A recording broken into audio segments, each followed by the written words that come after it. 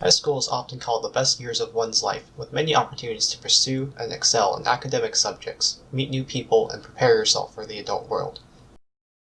I, of course, have no experience in any of these fields, but you get over that quickly.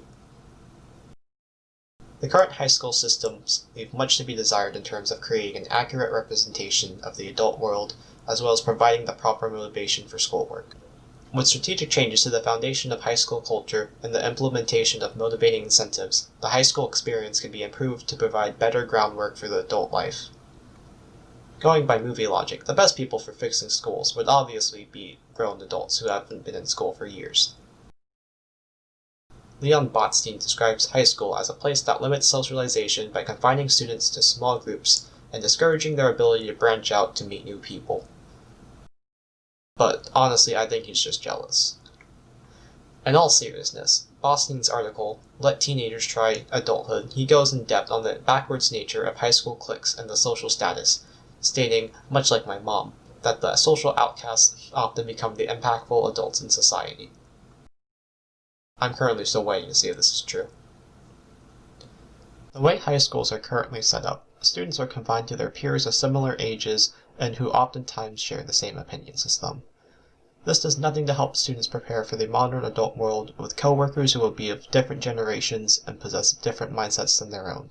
Schools will be able to keep students in them for much longer than is beneficial as they begin to develop social habits based on this environment.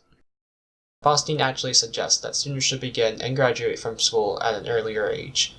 This would allow students to enter adult life at an earlier and more influential point in their life, which should allow them to develop more mature social skills and habits, while also visiting home to do laundry from time to time, because that's just good money management. Unfortunately, students still need to show up to school, including right now. I'm looking at you, Alyssa. Brenton Mock's article, We Will Pay High School Students to Go to School, and We Will Like It, covers this topic in detail. Mock cites schools as having a just show up attitude, even if you don't want to.